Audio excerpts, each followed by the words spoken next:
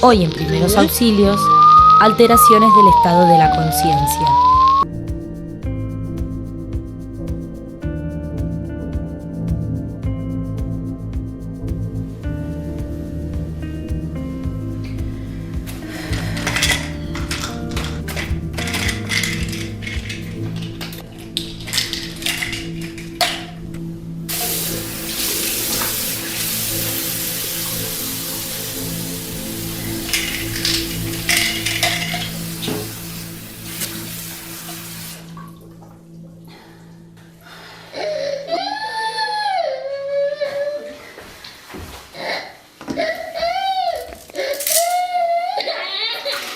Una, dos y tres. ¡Upi!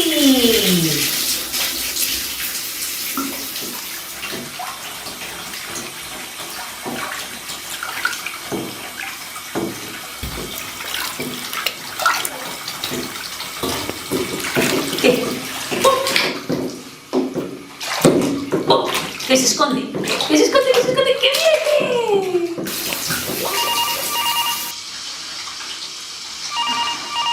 Princesa, contenta mi niña. Venga, un minutito.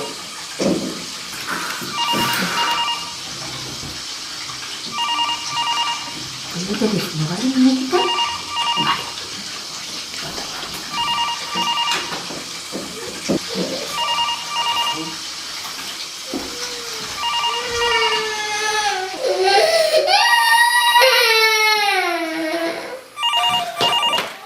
Sí, diga. Hola, buenos días. Mi nombre es Carla Olivera. ¿Es usted la titular de la línea? Sí, soy yo. ¿Me podría decir su nombre para dirigirme a usted, por favor? Clarisa, pero es que ahora no tengo tiempo de atenderla, ¿eh? Señora Clarisa, solo será un momentito. Le llamo de Movitel para ofrecerle una oferta exclusiva para nuestros buenos clientes, que consiste en una línea adicional Plus más tarifa XL. Usted tendrá la posibilidad de contratar una tarifa de datos de hasta 1 giga, con 400 minutos en llamadas a cualquier operador fijo o móvil. También dispondrá de 500 mensajes y todo esto por tan solo 50 euros al mes. ¿Estaría usted interesada en esta gran oferta, señora Clarisa? Sí, lo que pasa es que ahora no la puedo atender, de verdad.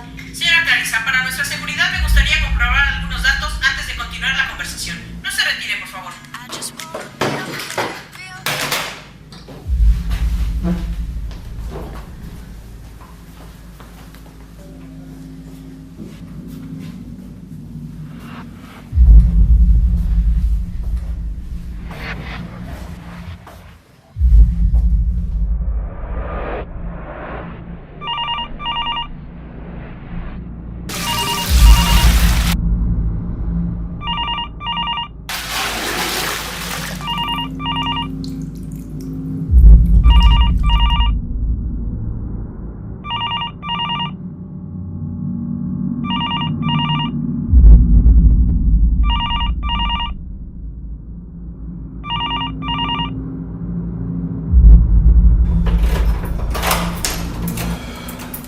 Cariño, ¿estáis en casa?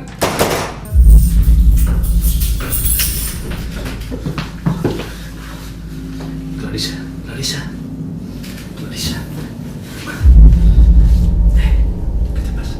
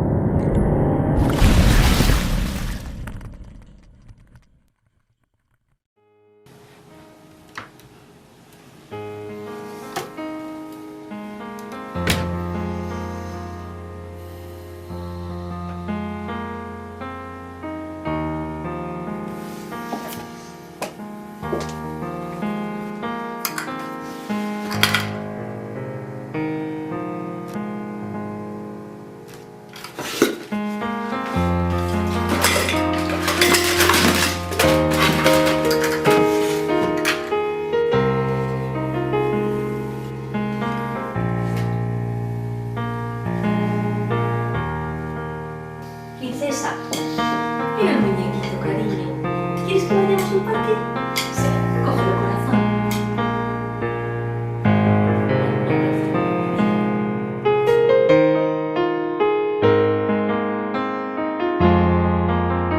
Creyeron que la bebé había muerto, yo también al inicio. Es una manera de introducir este tema de alteraciones al estado de conciencia, porque es bastante importante tener en cuenta que en algún momento todas las personas podemos pasar por un estado de lipotimia, de síncope o de convulsión, siendo lo más frecuentes las lipotimias o los desmayos, las pérdidas de conciencia, y pues con las consecuencias que obviamente esto puede acarrear, como ya lo vimos en el video introductorio. Por eso es muy importante tener en cuenta qué son las alteraciones al estado de inconsciencia, por qué se pueden producir, cuáles pueden ser las causas, cómo podemos también prevenirlas y cómo podemos darle un manejo inicial en caso de que se llegue a presentar pues una situación como esta, que como ya les decía anteriormente, ninguna persona está exenta de sufrir un tipo de desmayo en cualquier momento o lugar. Es importante iniciar definiendo qué es la conciencia. Y vamos a decir que la conciencia es la respuesta de la mente a las impresiones captadas por los sentidos. Esta es una definición médica, pues que viene al punto de lo que estamos trabajando. Respuesta de la mente a las impresiones captadas por los sentidos. Los trastornos del estado de conciencia pueden incluir el coma, el estado vegetativo, el estado de conciencia mínima, el mutismo asinético y el delirio. El mutismo asinético es una condición donde la persona puede estar consciente, pero pierde completamente el control sobre su sistema motor, no puede mover ninguna de sus extremidades. Estos pueden ser ocasionados por traumatismos de la cabeza o por padecimientos que provocan un flujo de sangre disminuido en el cerebro. Los trastornos del estado de conciencia son padecimientos donde el estado de alerta o de vigilia se encuentran alterados. Esto puede variar desde la confusión leve, no poder pensar claramente, hasta encontrarse totalmente inconsciente o desmayado. Entonces, estos trastornos pueden ir de leves, desde sentirse desorientado, en algún momento a alguien le ha pasado, que se para muy rápido de algún lugar o se levanta muy rápido de su cama y siente como que todo le da vueltas, un desvanecimiento parcial.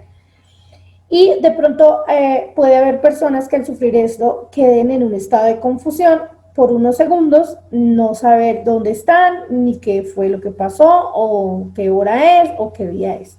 Y puede ir también hasta la pérdida completa de la conciencia o que la persona quede completamente desmayada. En estas alteraciones del estado de conciencia, las más comunes, y nos vamos a enfocar en hablar en esta sección de ellas, entonces vamos a encontrar la lipotimia, que es un desvanecimiento que cursa con síntomas prodrómicos. Estos síntomas prodrómicos, o este término médico, se refiere a las alertas que el cuerpo emite cuando una enfermedad viene. O sea, cuando una persona empieza a presentir o a sentir que se va a desmayar. ¿A alguien alguna vez le ha pasado o ha escuchado a alguien decir: yo siento que me voy a caer, siento que me voy a desmayar? Estos se llaman síntomas prodrómicos que preceden una enfermedad. Y esto pasa cuando alguien sufre de lipotimia. Siente los síntomas: me estoy poniendo frío, me están sudando las manos, me estoy viendo muy pálido, me está faltando el aire, estoy sintiendo como que las piernas se me doblan, como que me voy a caer, y está buscando dónde agarrarse, dónde sentarse. Se llaman síntomas prodrómicos. Por el contrario, el síncope cursa sin síntomas prodrómicos, ¿sí? Y hay una pérdida de conciencia total. No, la persona no sintió absolutamente nada antes de desmayarse y de un momento a otro súbitamente perdió la conciencia. No hubo síntomas prodrómicos, ¿sí? Esto pasa debido a una anoxia cerebral, que es la pérdida del oxígeno en el cerebro. No llega suficiente oxígeno al cerebro porque hay una disminución transitoria de aporte sanguíneo del mismo. Ustedes saben que una de las funciones de nuestra sangre es llevar oxígeno a todas las partes del cuerpo. Cuando hay una disminución en ese fluido sanguíneo en el cerebro, por lo mismo se presenta una anoxia, que es la disminución del oxígeno, y ahí es donde aparece la lipotimia o el síncope. Estos normalmente son de recuperación rápida y completa, no es tampoco que la persona quede totalmente desmayada muchísimo tiempo, sino que son de recuperación rápida, pasa en cuestión de unos minutos y generalmente la persona se recupera completamente, no necesita ni un transporte hacia una clínica, ni llamar a una ambulancia. Cuando se presentan pues estos síntomas así, habrán otros casos graves en los que sí es necesario, ahorita lo estudiaremos más adelante, pero en este caso en particular no. Se calcula que la mitad de la población ha padecido algún tipo de este episodio a lo largo de su vida, y es muy común en los niños también. Ahorita vamos a ver las causas. Pero le puede pasar a los niños. En ocasiones uno los escucha decir: me siento mareado, me siento cansado, tengo sueño, porque pueden ser algunos de los síntomas, y estoy sudando frío. A los niños les pasa, y ya vamos a ver por qué. Pero la mayoría de la población le ha pasado. El niño mareado. No es habitual que veamos a un bebé mareado. Cuando hablamos de mareo, suelen ser niños habitualmente a partir de los 5 o 6 años, que ya son capaces de expresar eso: estoy mareado. Pero es que lo que falla en la mayoría de los casos es precisamente la expresión. Los niños no tienen ni idea de lo que es estar mareado hasta que les pasa por primera vez de verdad. Pero nosotros interpretamos el mareo como un vértigo, como la imposibilidad de mantener el equilibrio. Cuando muchos niños me vienen y dicen que la causa por la que venía es porque está mareado, les pregunto: ¿pero exactamente qué es lo que te pasa? No sé, no saben expresarlo, y hay una prueba que es muy fácil para saber si de verdad tenemos vértigo o no, y podéis hacerlo en cualquier momento. Y es: si alguien te dice que está mareado, que junte los pies, cierre los ojos, y si no es capaz de mantener el equilibrio, efectivamente está mareado. Pero si juntando los pies y cerrando los ojos mantiene el equilibrio, lo que tiene no es mareo, no es vértigo. Para mantener la postura nosotros tenemos 3 referencias. Una es lo que vemos, que nos orienta de si nos estamos desplazando o no. Otra es la información que nos da nuestro cuerpo de en qué postura estamos. Y la tercera, que es el sistema del equilibrio. Podemos mantener el equilibrio con las 3 cosas, podemos mantenerlo con 2, pero es imposible mantener el equilibrio solo con una de esas cosas. Con lo cual, si nosotros cerramos los ojos y nuestro sistema del equilibrio de verdad está alterado y no funciona, es imposible mantener el equilibrio. Si un niño te dice que está mareado, pero con los pies juntos y los ojos cerrados es capaz de mantenerse, que intente explicarte de otra manera qué es lo que le pasa, pero no es un vértigo, no es un mareo. ¿Cuáles son las causas más frecuentes de los mareos que vemos habitualmente en los niños? Cuando es un mareo pasajero, lo más frecuente suele ser alguna pequeña bajada de tensión o una bajada de azúcar. Y esto es muy frecuente en los adolescentes, cuando ya están dando el estirón, especialmente porque desayunan muy mal. Y eso significa que me voy al cole, no he comido prácticamente nada y hasta la hora del recreo seguramente no voy a comer, pero a las primeras clases empiezo con el cerebro trabajando y consumiendo azúcar rápidamente, y llega un momento que si me baja el azúcar, el cerebro dice que no puede funcionar. Y entonces lo que vemos es que o bien estando sentado o bien en cuanto se levanta, de golpe le da un mareo y cae al suelo. Es un mareo que enseguida se recupera, que dura unos segundos y ya está. Lo que de verdad llamamos nosotros vértigo es un mareo más permanente, es la sensación de que no puedes mantener el equilibrio, que te dura durante horas o incluso a veces durante días. ¿Y eso cuál es la causa más frecuente? Lo más habitual en niños suele ser algún catarro que produce una pequeña acumulación de moco en el oído interno, que es donde está el sistema del equilibrio, o una pequeña inflamación en ese oído interno. Y entonces es cuando aparece el vértigo. En algunos casos esa infección puede dañar definitivamente el sistema del equilibrio y entonces hacer que sea un vértigo que se mantenga mucho más en el tiempo, pero es muy raro. Lo normal es que sea algo pasajero, que dure lo que dura el catarro, 2 o 3 días. y lo único es la sensación tan desagradable que va a producir el no poder valerte por ti mismo y el no poder mantenerte en pie. Pero es algo que hoy en día también tenemos tratamientos que pueden aliviar un poco los síntomas. Por lo tanto, de verdad el mareo es cuando no eres capaz de mantener el equilibrio. Si tu hijo te dice que está mareado, prueba que se ponga en pie, los pies juntos, ojos cerrados. Si no es capaz de mantener el equilibrio, debería verlo su médico, pero en la mayoría de los casos, lo más frecuente en niños suelen ser pequeñas infecciones virales que producen una inflamación leve en el oído interno, que pasan habitualmente en 2 o 3 días, con lo cual no os preocupéis. La causa principal por la que los niños pueden desmayarse se debe a un exceso de calor o por un movimiento brusco al levantarse. Estas dos cosas pueden producir algún tipo de lipotimia. Pero cuando esto pasa por alguna de estas dos causas, pues no hay mucho de qué preocuparse, ya que este tipo de desmayos en los niños carece de importancia. A veces se tiran al suelo y se paran demasiado rápido, o están acostados y de pronto se levantan súbitamente y saltan, y esto puede causar que se mareen. Bueno, pero realmente pues, o el calor, como les decía, pero pues realmente esto carece de importancia, así como extrema para correr con un niño de urgencias, no. En los adultos puede haber una causa que es la polifarmacia, que fue el ejemplo que vimos en el video introductorio.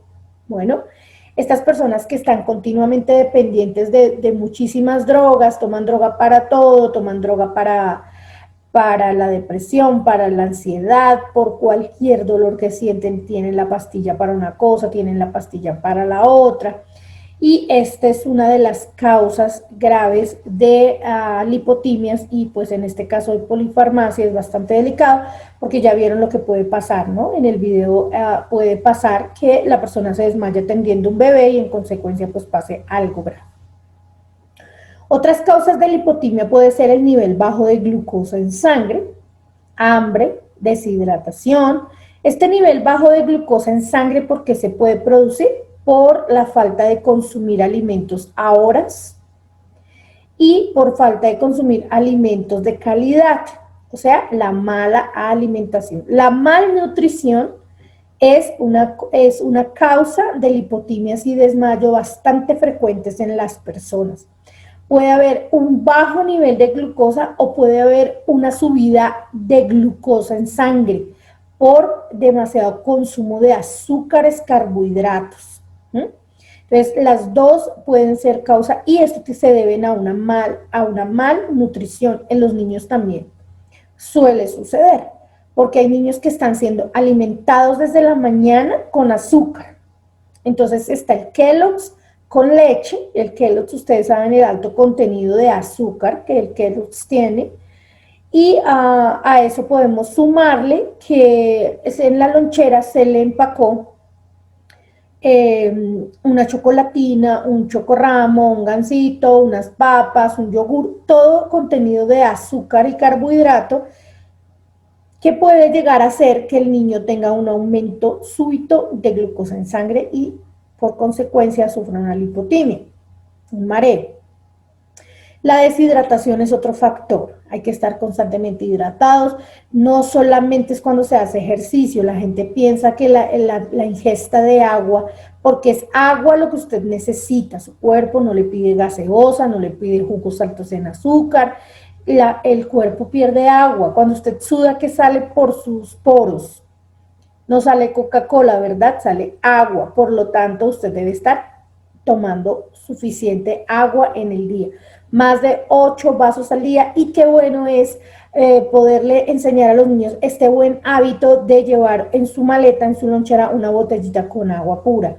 Esto es un hábito bastante bueno para el funcionamiento de los riñones, para el funcionamiento de todo el cuerpo, para la limpieza de la piel. Es una cantidad de beneficios la que tiene pues el agua. Y en lugares calientes, en climas calientes o en días calurosos, pues se hace muchísimo más necesario. Los jugos naturales, genial, pero ojalá sin azúcar. El azúcar no es bueno en ninguna de sus presentaciones para el cuerpo, ninguna de sus presentaciones. No estoy diciendo que no se pueda comer de pronto el niño un chocolate al día, uno, y ojalá no fuera ni diario, Pero si usted investiga y se da cuenta que son más los aportes negativos del azúcar que los beneficiosos. Y hay muchas otras fuentes de consumir si su cuerpo necesita azúcar, pero usted lo va a encontrar en las frutas, por ejemplo. La glucosa que el cuerpo necesita para sus actividades normales lo va a encontrar, por ejemplo, en las frutas. Y va a estar en una presentación natural que no va a traer ninguna contraindicación. Entonces es importante tener en cuenta esto. Que tengo sed, toma la ponimalta, toma la Coca-Cola, toma el jugo con bastante azúcar y esto no es beneficioso y puede ser una de las causas por las que los niños se marean bastante. Otra puede ser incorporarse rápidamente, como lo que les decía, desde una posición de estar acostado o sentado.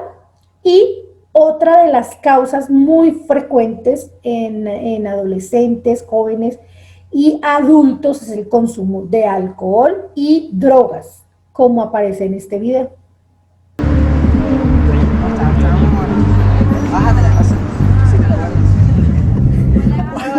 Hola, ¿pagamos para? Sí, bueno, buenísimo. Mi nombre es Luciano y tengo 18 años.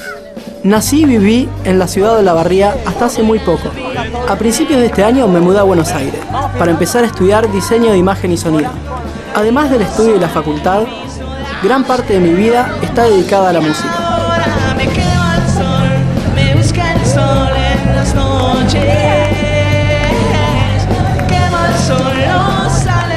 Como me encanta la música, uno de los planes que más me divierte es ir a ver bandas con mis amigos.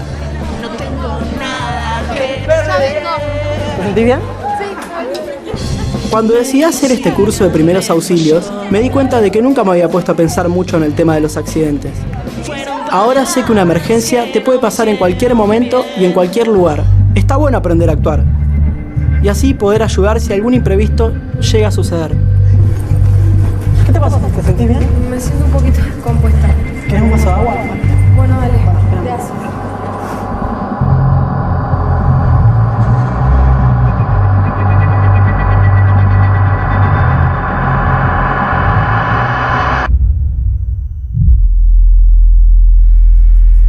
¿Estás bien? ¿Me escuchás? ¿Te sentís bien? Entonces ya nos dimos cuenta que uno de los episodios también se puede presentar de desmayos o pérdida en la alteración del estado de conciencia por el consumo de alcohol. De hecho, en el video observábamos cómo la chica perdió la conciencia.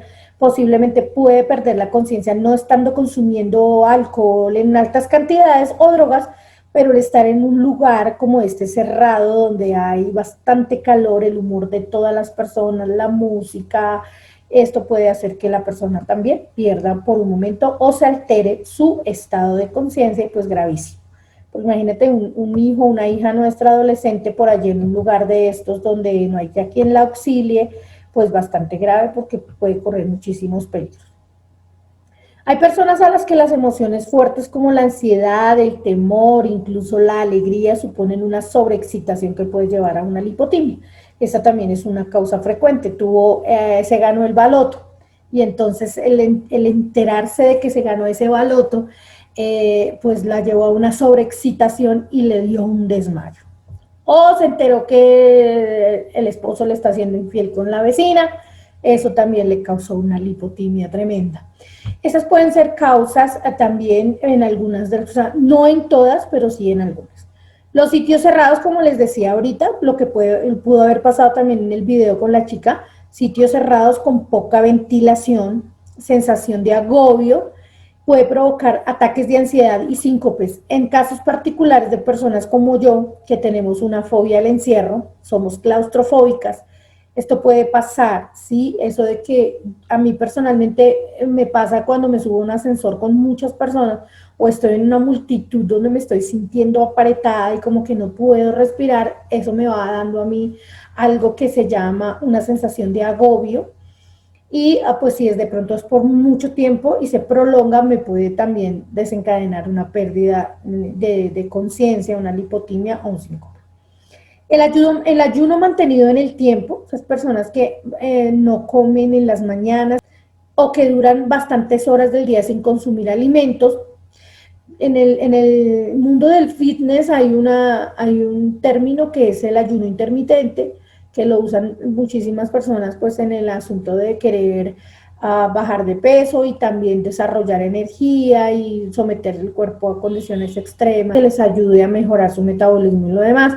Pero pues este no es, digamos, una técnica que todo el mundo pueda utilizar o deba utilizar para bajar de peso, porque esto puede causar una lipotimia. En esto se ve bastante frecuente, sobre todo en mujeres, el estar aguantando hambre con la idea o la esperanza de que van a bajar de peso y se van a la calle a hacer miles de cosas, a trabajar sin consumir alimento, y es bastante delicado, bastante grave, porque no solamente están, digamos, expuestas a una lipotimia, a perder la conciencia en el bus cuando van camino al trabajo, lo que sea, sino además también a dañar muchos de sus órganos. Entonces, aquí el asunto de la bajo consumo de alimentos es un tema que usted debe manejar en conjunto con su nutricionista, bajo supervisión, no las dietas que ven por internet o que la amiga fulanita le recetó, porque hay que tener en cuenta los daños que eso puede ser para el cuerpo. Y hago este paréntesis porque realmente es necesario en este punto. Yo he visto bastantes personas que sufren de alteraciones del estado de conciencia por el bajo consumo de alimentos. Y les puedo decir desde mi experiencia y desde mi conocimiento que realmente esto no ayuda a perder peso.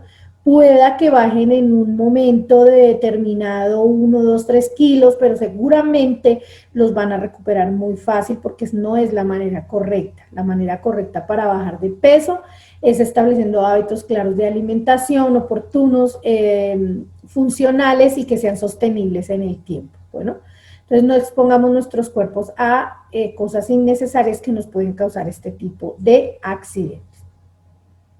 El dolor también puede ser una causa, porque el dolor demasiado fuerte o prolongado en el tiempo puede hacer que el cerebro desconecte y se desconecte por un momento y conlleve a la persona a sufrir un desmayo. ¿Sí? Dolores, golpes, traumatismos que producen demasiado dolor, esto puede hacer que la persona se desmaye. El calor extremo, que ya lo hablábamos, o también una baja repentina de tensión arterial puede provocar un desmayo. Normalmente también depende de la persona, pues lo que a alguien no le afecta, a otro le puede afectar, ¿sí? Por ejemplo, a algunas personas los estados de ansiedad les desencadenan lipotimias, a otros no. Algunos con ansiedad les da por comer, otros pierden el apetito. Esto no tiene, digamos, una regla de oro para todas las personas. Los desmayos también están asociados a las fobias, entonces a fobia a una araña, a una serpiente. Y esto no es un susto como tal, sino es una fobia, y fobia ya es una condición mucho más allá de tenerle asco o repeler un animal. Cuando hay una fobia es porque hay ya una condición mucho más extrema, y una persona que se vea enfrentada pues a ese animal o a esa situación que le tiene fobia puede sufrir un desmayo, una pérdida de conciencia en el momento. ¿Cómo socorrer a una persona que acaba de sufrir una lipotimia? Para auxiliar a una persona que ha sufrido una lipotimia, lo más aconsejable es tumbarla y levantar sus piernas. Es lo más aconsejable. Recuerden que les decía que la lipotimia se produce por una anoxia cerebral. Entonces, esta posición, como la que aparece ahí en la imagen, donde la persona está completamente tumbada en el suelo con las piernas arriba, favorece el retorno sanguíneo al cerebro, por lo tanto la persona se va a recuperar fácilmente. Aflojar las prendas de vestir es importantísimo, porque a veces también esa oxigenación en el cerebro se puede disminuir porque la persona está demasiado apretada. Y aquí insisto con el tema del uso de fajas y cosas supremamente apretadas. La mayoría de mujeres hoy día usan cosas muy apretadas. No entiendo cómo algunas hacen para respirar, porque he visto algunas inclusive con fajas que son de cemento, que son como de yeso, con lo que enyesan las fracturas. Y yo no puedo entender cómo hacen para respirar, para caminar, y cuando se sientan como que todo el mundo se le fue porque el aire no fluye, de solo pensarlo a mí me da ahogo, porque yo nunca he sido de soportar ni siquiera un cinturón apretado. Entonces pues la verdad mis respetos para estas mujeres que andan así forradas, pero yo les cuento que es bastante nocivo.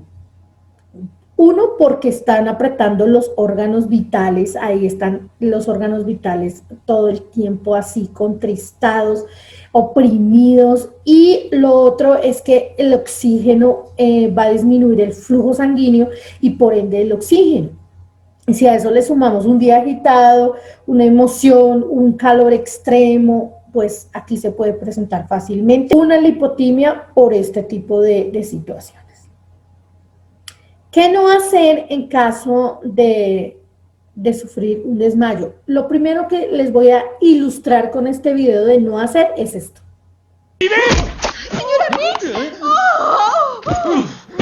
¡No está respirando! ¡A un lado!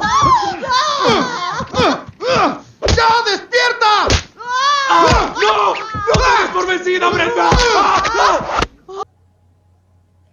Por favor, no coja cachetadas al desmayado. Eso no lo va a volver a traer a la conciencia. Y en caso de que usted quiera hacerlo, pero no de la manera como lo están haciendo en el video, que chistoso y todo, ilustra lo que muchas personas por hábito tienden a hacer, creyendo falsamente que con eso la persona va a recuperar la conciencia. Bueno, no se alarme y comience a dar reanimación cardiopulmonar, porque es que tampoco es el asunto. Se supone que cuando hay un desmayo en alguien, usted encontró a alguien desmayado o alguien se desmayó frente a usted, usted ya ha hecho una valoración inicial, rápidamente con el método de ver, oír, sentir, se acercó a la persona, vio y oyó su respiración, vio que su diafragma se mueve, escuchó su respiración y tomó su pulso carotídeo. Entonces se dio cuenta que la persona no necesita reanimación cardiopulmonar, ¿sí? Entonces no va a empezar ahí a hacer procedimientos que no necesita. Tampoco incorpore demasiado rápido al paciente. Recuerden que les decía que la lipotimia no dura mucho tiempo, muchas veces la pérdida de conciencia no es total, y si es total la persona se recupera rápido, pero entonces tan pronto usted lo vio que levantó, que abrió los ojos, no, venga, párese, porque seguramente el paciente se va a ir otra vez de cabeza y entonces ahora va a sufrir es un trauma cráneoencefálico. Déjelo en el suelo que se recupere, pídale que respire profundo, hable con él, pregúntele posiblemente qué le sucedió, usted quiere saber por qué perdió la conciencia, de pronto el paciente le diga, sí, es que no he comido nada en todo el día, o es que no he tomado líquido, o es que yo sufro de algún tipo de enfermedad, diabetes, no sé, y no he tomado mi medicamento, y eso puede lo que le provocó la lipotimia, en cuyo caso pues ayúdele a suministrar el medicamento si lo tiene, coja al paciente y trate de sentarlo, recostando su cuerpo hacia una pared o algo sin levantarlo. Déjelo que pase unos minutos hasta que él ya se sienta muchísimo mejor. Llévelo a que respire profundo. Este tema de inhalar profundo es muy bueno, permitir que ese oxígeno fluya y que esa retorno sanguíneo pues haga su debido trabajo ahí para que el paciente se recupere. ¿En qué caso sería necesario acudir a urgencias?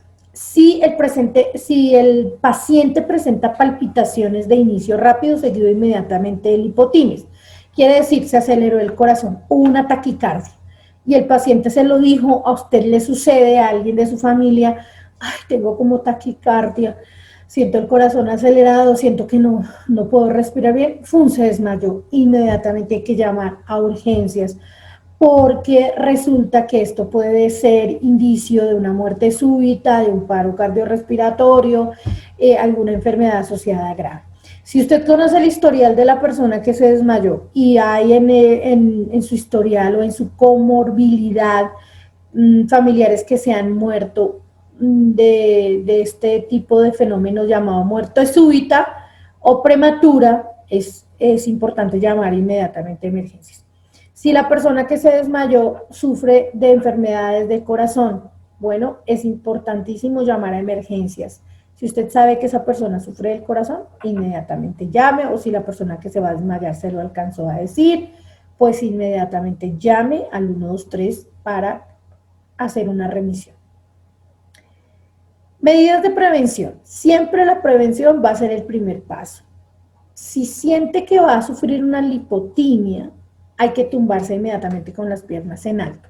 Si a usted le pasa, o le pasa a alguien que está cercano a usted que le dice, yo me siento mal, usted lo ve que se está poniendo pálido o pálida, y esa persona dice, siento como que me falta el aire y me faltan las fuerzas, entonces esta persona posiblemente se va a desmayar.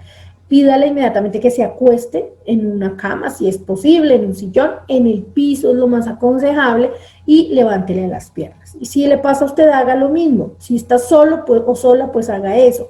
Túmbese y levante las piernas, desapriétese la ropa, lo que tenga apretado, comience a respirar despacio y hondo para que trate de pronto evitar perder la conciencia totalmente o recuperarse rápido. Si no puede tumbarse en ese momento, realice maniobras de contrapresión como cruzar las piernas, esa es otra técnica, contraer las manos o tensar los brazos. Entonces, contrapresión como cruzar las piernas, ponga una pierna sobre la otra y apriételas.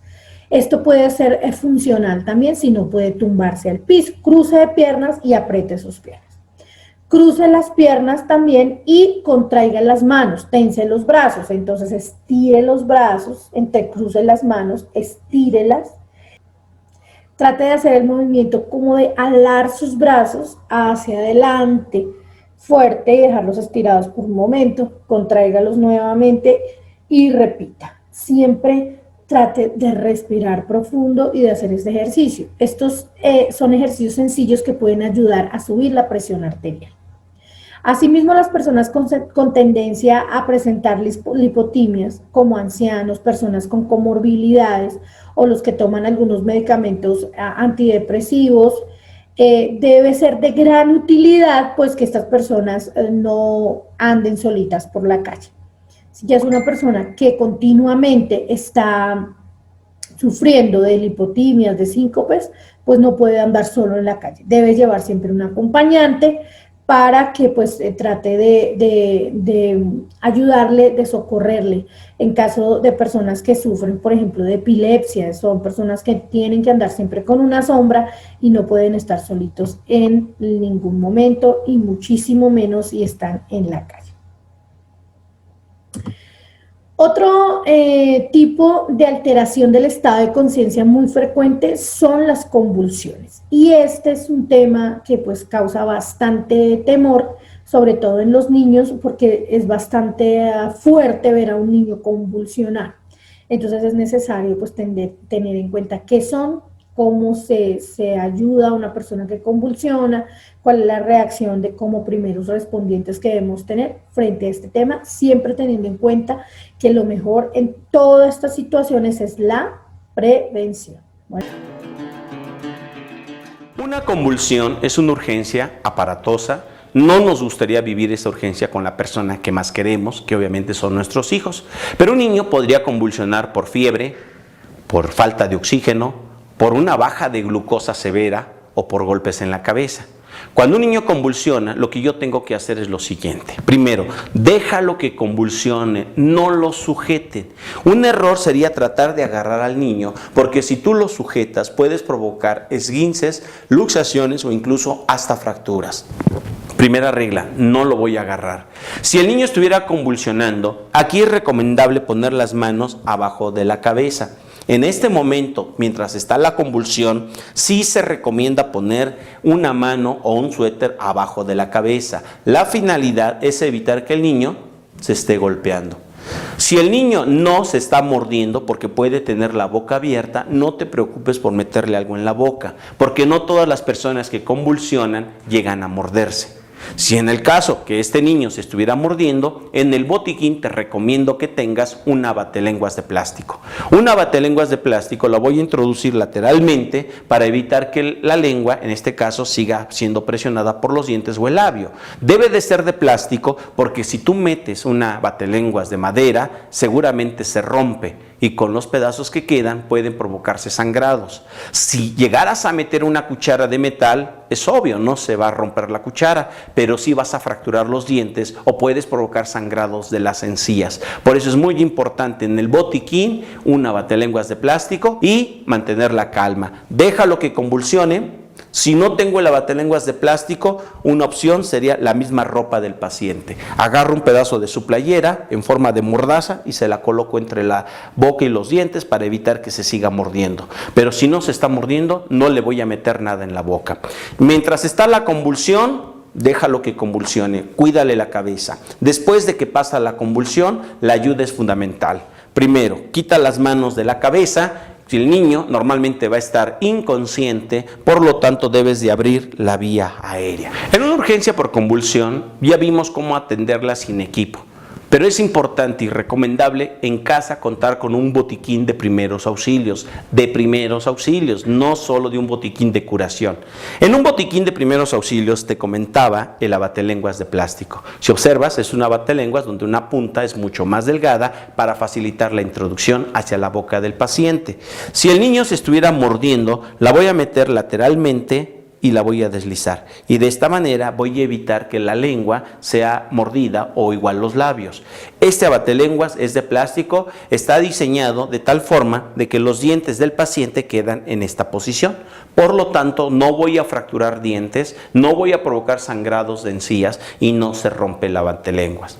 La perilla de succión, que esta la puedes encontrar en cualquier farmacia, esta perilla de succión es vital en un botiquín, porque sirve tanto para bebés, para niños como para adultos. Si este niño tuviera demasiadas secreciones, lo que yo hago es aprieto la perilla, la introduzco por la boca y aspiro. Saco, aprieto, introduzco y limpio. Primero voy a aspirar la boca y si fuera necesario por las fosas nasales, entonces en un botiquín una perilla de succión es muy recomendable. Si no cuento con el abatelenguas de plástico, un pedazo de tela o incluso una gasa me puede servir. Esto es para hacer una mordaza. Agarro la gasa, la introduzco por la comisura y la introduzco de tal manera que libere la lengua si se estuviera mordiendo. Si no se está mordiendo, no metan nada en la boca, cuido la cabeza. Cuando termina de convulsionar el niño, retiro lo que haya puesto en la boca y inmediatamente abro la vía aérea. Si hubiera secreciones, la perilla me va a servir para sacar esas secreciones. Las convulsiones son cambios temporales súbitos en el movimiento, sensación o comportamiento físico causadas por impulsos eléctricos anormales en el cerebro. Existen varios tipos de convulsiones o crisis convulsivas. Algunos duran solamente unos segundos, mientras que otros pueden durar incluso varios minutos. Entonces, esos cambios en el movimiento del cuerpo, bueno, es debido a unos impulsos eléctricos que no son normales en el cerebro. Estas convulsiones son de varios tipos y también tienen muchas causas. Unos pueden durar unos segundos, inclusive ser imperceptibles, y otras pueden ser demasiado fuertes y durar bastantes minutos. Los médicos dividen las convulsiones en dos categorías basados en cuanto al tejido del cerebro o a la parte del tejido del cerebro que la convulsión toma. Estas convulsiones pueden ser o generalizadas, que es cuando todo el cerebro participa, o pueden ser localizadas y focales, que son cuando empiezan en determinadas partes del cerebro. Las convulsiones pueden ocasionar pérdida de conocimiento, ¿sí? Puede ocasionar unas sacudidas en todo el cuerpo, que pueden ir de leves a muy fuertes, confusión, porque la persona queda bastante confundida, como que no sabe de dónde es, para dónde van y de dónde vienen y cómo se llama. Inclusive muchos, al momento de que la convulsión pasa, ni siquiera pueden articular el hablar, ¿sí? Puede causar también breves periodos de mirar fijamente, como en el video que les voy a mostrar a continuación. 34. Can you hear me, Alexis? 36. 37. Alexis, can you hear me? 38. 39. I'm here. 40. I'm here. 41. Daddy's got you. It's okay, honey. 42. 43. Hey. 44. 45. 46. 47. 48. I love you, honey. Mommy's right here. 51. 52. 53. 54. 55. 56. 57. Didn't get it! 58. Her lips are purpling. 59. Es Alexis Bortel. 60. A sus 9 años, está sufriendo un episodio severo de epilepsia. 64. Su madre, Lisa, es quien sostiene la videocámara. Mientras capta este momento dramático, Lisa debe contar cada uno de esos espasmos. Hurry now. El doctor de la pequeña pidió revisar este material. Es Dean, el padre de Alexis. Su voz revela impotencia. Was purpling? Is it still purple? God has a way of humbling you, and in this case, he woke me up through my daughter. I was wrong. Desearía frenar esas aparatosas sacudidas en su hija. Yes. En julio del 2013, de la nada, la felicidad en el hogar de los Bortel dio un giro inesperado. We were on the couch doing laundry, just a normal end of the day thing, and then my wife screamed, and there's Alexis on the couch, just a full-blown convulsion, like you see on TV. The liquids, it was just horrible. Are you okay? Can you tell me your name? She can't talk, but she can respond. Tras cruzar por múltiples instituciones médicas, hubo un diagnóstico final, horrible para los Bortel. We've got help coming to you. Alexis, look at me. Oh, she's not responding to me, but she's breathing. She's kind of a little bit. Her mouth is going up and down just lightly. Epilepsia, de las más agresivas e intratables.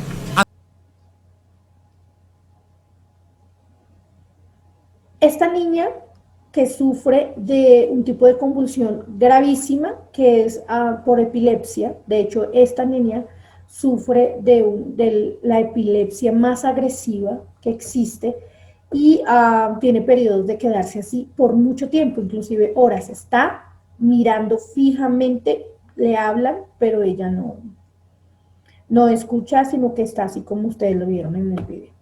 Una sensación repentina de miedo o pánico, flexión, rigidez, sacudida o contracción de la parte superior del cuerpo y asentamiento involuntario con la cabeza. Nuestros cerebros envían mensajes a través de un complicado sistema de nervios. Estos mensajes nos permiten pensar, sentir y movernos. Durante una convulsión, los mensajes se interrumpen brevemente en el cerebro, provocando una sobrecarga eléctrica en parte o todo el cerebro. Las convulsiones son más comunes durante el primer año después de una lesión cerebral.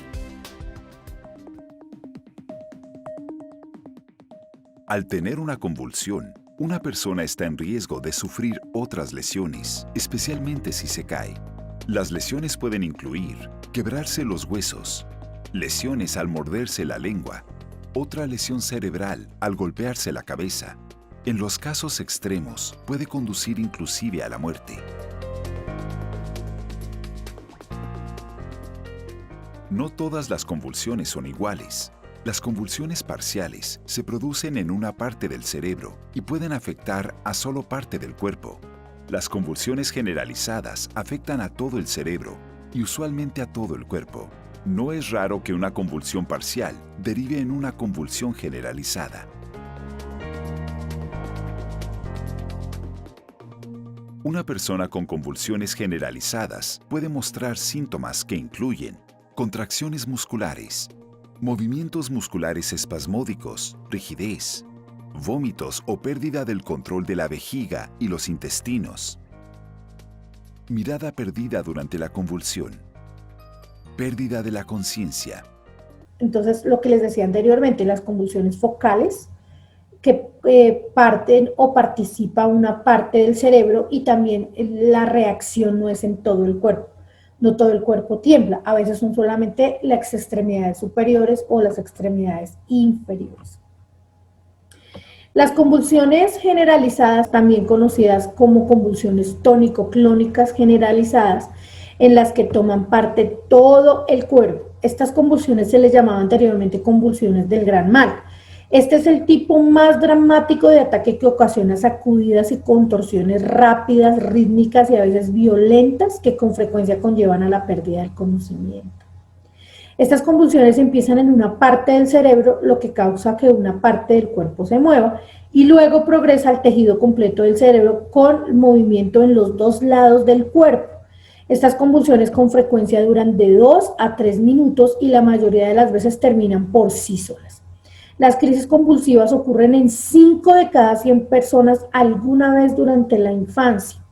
Es importante mencionar que no todas las personas que sufren de un ataque convulsivo sufrirán de epilepsia. O sea, no hay que asociar la convulsión inmediatamente con la epilepsia. Puede ser un indicador, pero no necesariamente.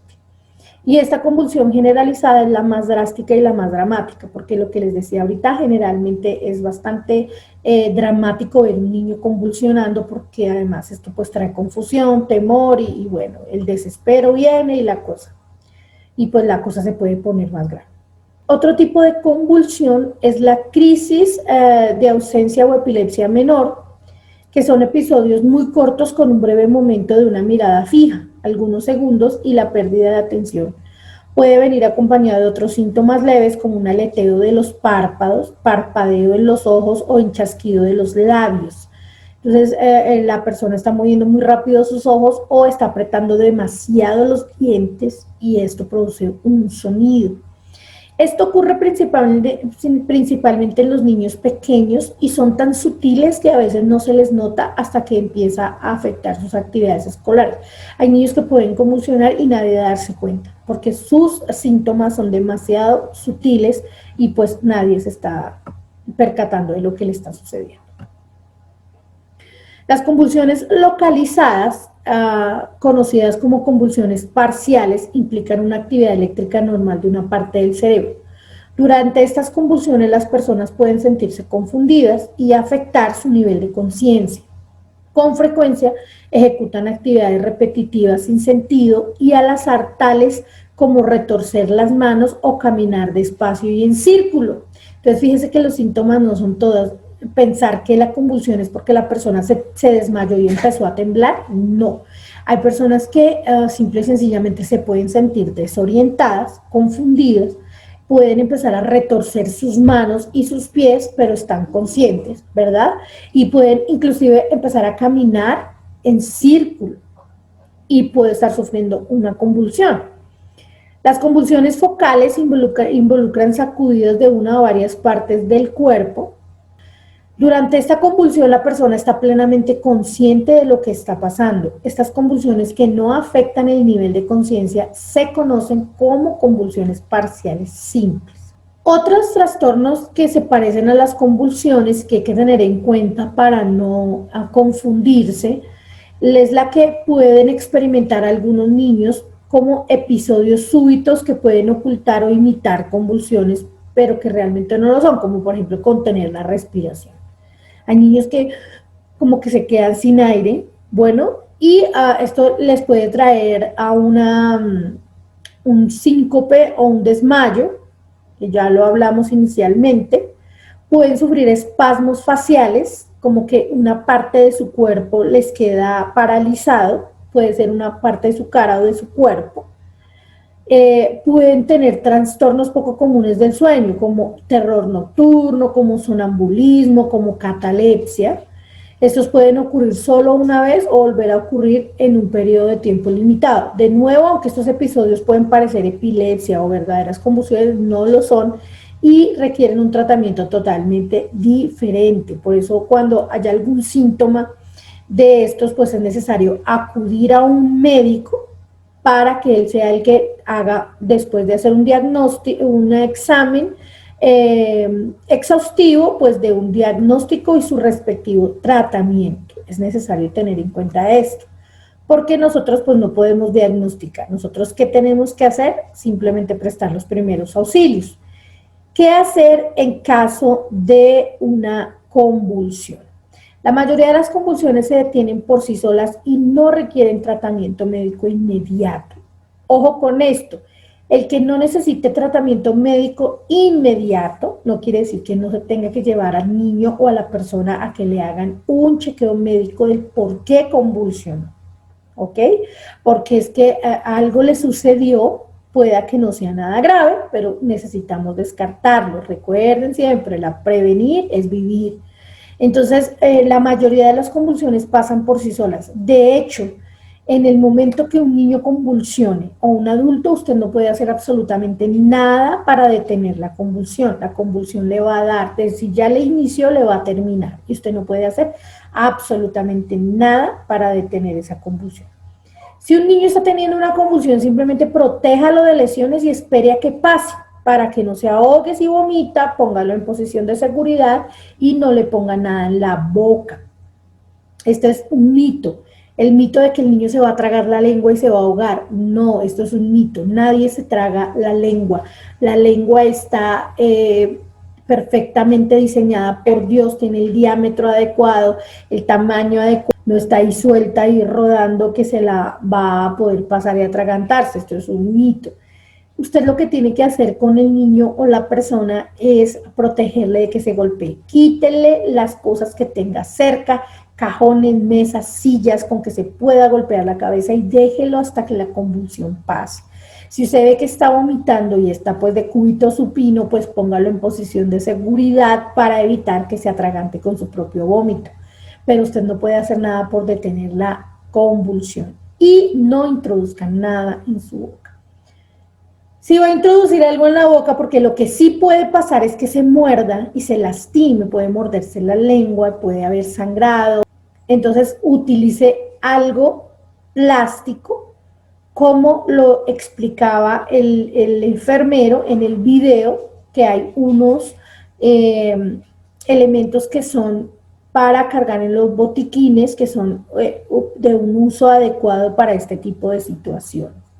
Esos instrumentos plásticos que se colocan para evitar que el niño o la niña o el paciente se muerdan y cause daños en su estructura interna de la boca, pero que debe ser plástico, porque lo explicaba perfectamente el paramédico. Si es de madera, se rompe, hay bastante fuerza, porque en la convulsión, recuerden que el sistema nervioso central está a 1000 y el niño está haciendo bastante fuerza con sus dientes, entonces se puede partir y puede obviamente haber sangrado porque se va a chuzar sus encías, su paladar y lo demás.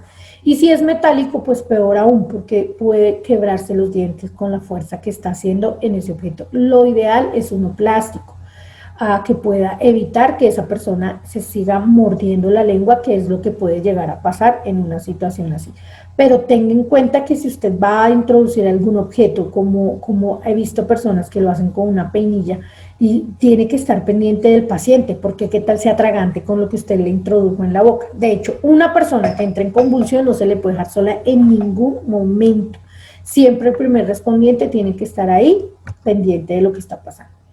Si la convulsión no se detiene de 2 a 3 minutos, o si es inusualmente severa, como presentando ya dificultad para respirar, ¿cierto? Una coloración azul en la piel o varias convulsiones seguidas, es necesario llamar inmediatamente a una ambulancia, porque estos son indicadores de algo más grave. La coloración en la piel azul puede ser síntoma de un paro cardíaco. Bueno, entonces es necesario llamar inmediatamente a emergencias, no deje el niño solo, a la víctima sola. Después de que la convulsión se detenga, es importante llamar al médico, pedir una cita, lo que les decía inmediatamente, porque si el niño nunca había sufrido una convulsión, si al momento de la convulsión no tenía fiebre, que esta es una convulsión muy típica en los niños, ya no lo van a explicar, las convulsiones febriles, pues usted tiene que inmediatamente llevar al médico al niño qué fue lo que pasó, por qué tiene esta convulsión. Bueno, si tenía fiebre, ya usted sabe por qué el niño convulsionó, por la fiebre, que esto tampoco debería pasar, porque se supone que la prevención no podemos dejarle subir al niño la fiebre tanto en un periodo de tiempo largo, porque esto puede producir una convulsión que se llama una convulsión febril, como la que nos van a explicar a continuación. Las convulsiones febriles son una respuesta del cerebro ante la existencia de fiebre y se producen en niños sanos entre los 6 meses y 5 años de edad. Convulsiones son movimientos bruscos, breves y repentinos de los músculos que no se pueden controlar. Cuando estas convulsiones son provocadas por la fiebre se denominan convulsiones febriles. Generalmente en la fiebre en los niños no presentan ningún tipo de procesos importantes, pero hay niños que tienen, por así decirlo, algo que llamamos nosotros un umbral bajito para desarrollar episodios de convulsiones, que son movimientos que pueden ser tónicos, tónico-clónicos o de diferentes causas, que en los niños generalmente son simples cuando ocurren menos de 5 minutos y no están acompañados de ningún deterioro neurológico. Hay niños que generalmente pueden presentar convulsiones febriles con fiebres bajitas, como nosotros llamamos. Fiebre bajita puede ser, incluso hay niños que con 37.5 o 38 grados centígrados pueden presentar convulsiones, que no es lo usual. Generalmente otros niños necesitan presentar fiebres más altas, tener temperaturas de 39, 40, 41. Por esto que en estos niños lo más importante es controlar la fiebre. Este tipo de situación es muy angustiante para los padres o cuidadores, por eso es importante saber qué se debe hacer en caso de crisis. Generalmente en los niños en la casa, los papás lo que pueden hacer es manejo de la fiebre. El manejo de la fiebre lo deben iniciar primeramente con medidas antitérmicas como colocar pañitos en el cuerpecito para bajar la fiebre, administrar acetaminofén, según si ya tienen dosis, según el peso, para aquellos papás que ya han consultado con pediatras, con el médico, en los cuales ya saben cuál es la dosis.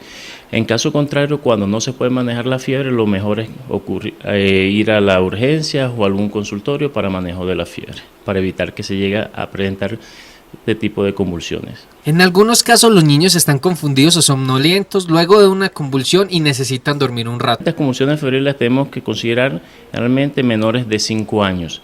Ya cuando tú consideras ya en niños mayores de 5 años, ya hay que averiguar otras causas de convulsiones que no sean febriles, que están asociadas a fiebre, pero son convulsiones febriles que se llaman plus.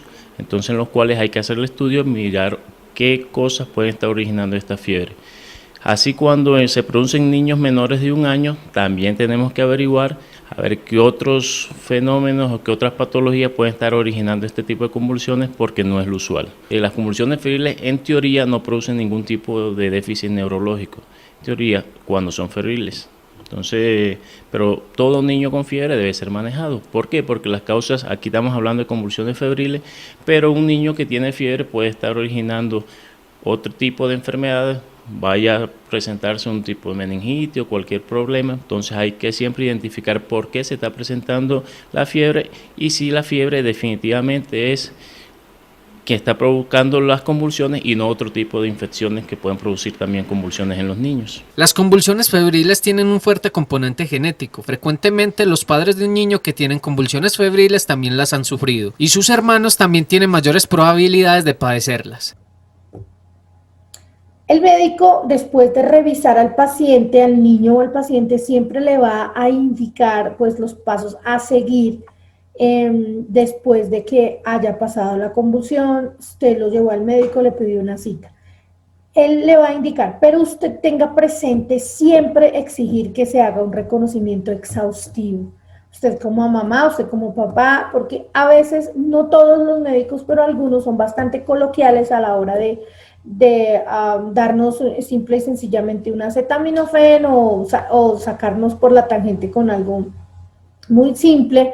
Y realmente, aunque lo repito, no todos los médicos, pero algunos sí, usted debe exigir, ¿sí? Si a mi hijo le pasó, yo tengo que exigir un examen exhaustivo, por ejemplo, una resonancia magnética, por ejemplo, un escáner, un TAC cerebral. Si mi hijo convulsionó estando así de buenas a primeras, no tenía fiebre, no se cayó de ninguna parte, no se golpeó la cabeza, yo necesito saber por qué convulsionó, mirar qué es lo que está pasando. O así se haya golpeado y después del golpe, la convulsión, siempre es necesario que haya un examen o unos exámenes exhaustivos que me lleven a mí a determinar las causas de esa convulsión y su posible tratamiento. Bueno, algunos padres o algunas personas cuando su niño tiene una convulsión febril o cuando el niño tiene una fiebre muy alta, pues se relajan un poco en el tema de la fiebre, porque muchos atienden a decir que la fiebre es un mecanismo de defensa, que es cierto, la fiebre es un mecanismo de defensa, pero que si no se controla puede desencadenar en una convulsión febril.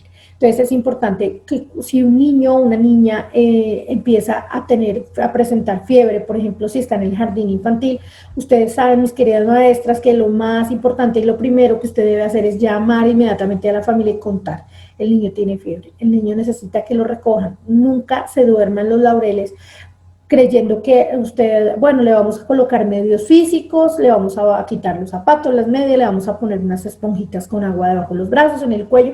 Sí, esto hay que hacerlo, esto es manejo de la fiebre por medios físicos, porque pues no podemos tampoco entrar a darle ningún medicamento, pero no se duerma con eso, hay que insistirle a la familia, insistirle, llamar, vengan por él, recójanlo, porque si bien es cierto, es un mecanismo de defensa, también está avisando que algo está mal, que algo está pasando. Si la persona, el papá o la mamá del niño sabe que es que él ha venido con síntomas de gripita y todo, pues no debe haberlo llevado en primera instancia al jardín, o usted no debe habérselo recibido así, porque es que a veces somos como muy, digamos, frescas en el aspecto, y entonces, ay, recíbame lo que es que me tengo que ir a trabajar, y si le da fiebre, dele acetaminofén. Y después de que al niño le pase algo grave, le aseguro que le echan la culpa a usted. Se lo digo por esas experiencias propias, mis queridas profes y oyentes. Entonces es mejor que usted tenga la prevención, no reciba a los niños enfermos. Y si el niño empieza a presentar los síntomas, ya usted lo recibió, llame e insista y ojalá tenga grabadas las conversaciones y todo, pues por temas de cuidado. Esto es un consejito aparte que les estoy brindando.